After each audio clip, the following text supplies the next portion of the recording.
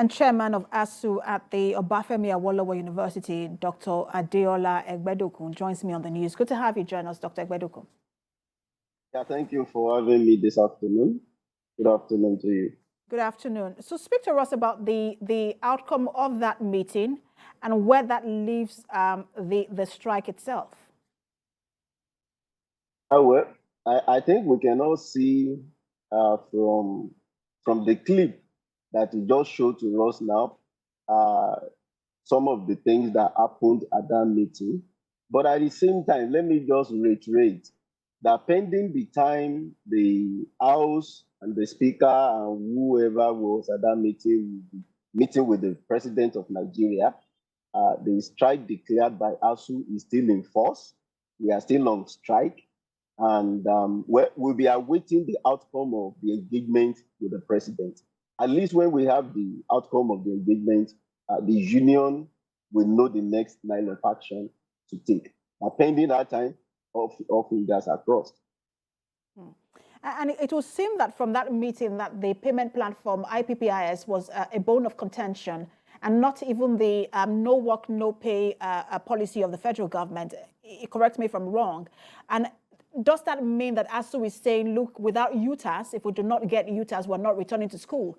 If the government does shift ground on the no work, no pay policy and then doesn't shift ground on IPPIS, will ASU then say, look, without UTAS, we're not returning to class? Well, I think some of these issues are just distractions. And we have started to say this, long ago, that the issue of IPPIS, UTAS, no work, no pay, government is only using it as a delay tactics and also to shift, the attention of the public from the main issue. The main issue revolves around certain issues, which are one, the renegotiation of the 2009 agreement, the revitalization fund, payment of the backlog of EAA. These issues have not been addressed at all. And until those are addressed, I think it is only when they are addressed that we can go back to the issue of no work, no pay. As to the matter of UTAS versus IPPIS, I can hear from that report where somebody was saying something like they will integrate some of our concerns on IPPIS. If they are going to do that, why did they have to wait for more than 3 years to listen to ASU on the issue of IPPIS? Now, the president also made a point while he was, making his speech at that meeting. He said there are two options on ground. The option number one that was designed by academics, which is a local content, which this government is also supporting, that local content should be emphasized in all the things that we do, versus a second option, which we are paying billions of naira, which is also being used as a conduit pipe for some of these government officials to allegedly, siphon, billions of naira from the economy. I think the government just have to come out clean on this issue of IPPIS. Dr. Egbedokun, let me ask you. It was government that also... Because I just want to be sure if I heard you correctly earlier, because you were saying that the IPPIS and the UTAS IPPIS and the no work, no pay policy are mere distractions, and that the real issue is the renegotiation of the 2009 or 2019 agreement, as well as the revitalization fund.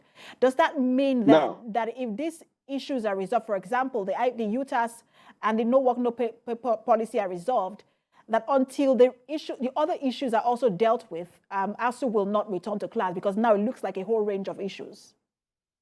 Of course, because the main issues are still pending. They have not been addressed. The issue of our revitalization fund has not been addressed. The issue of EAA yet to be addressed. The issue of renegotiation has not been addressed. Don't forget one thing, that the NIMI BRICS, the last committee that was set up by this government, had already produced an agreement between ASU and the government representative at the renegotiating table. The only thing we were awaiting was information from the government as to their agreement to that document. And that is what ASU is asking. That what is your reaction to this document, not just coming up with so many distractions about no work, no pay. We are not there yet on the issue of no work, no pay. The government should address the real issues in the first instance.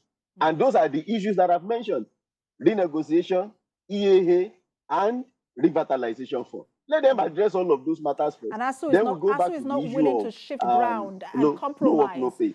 ASU is not willing to shift ground and compromise just for the sake of these students.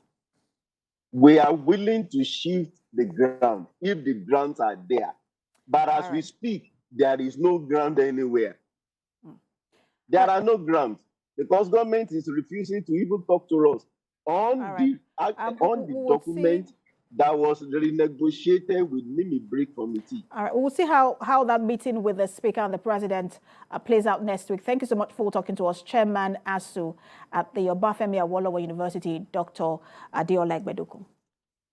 Thank you for having me this afternoon.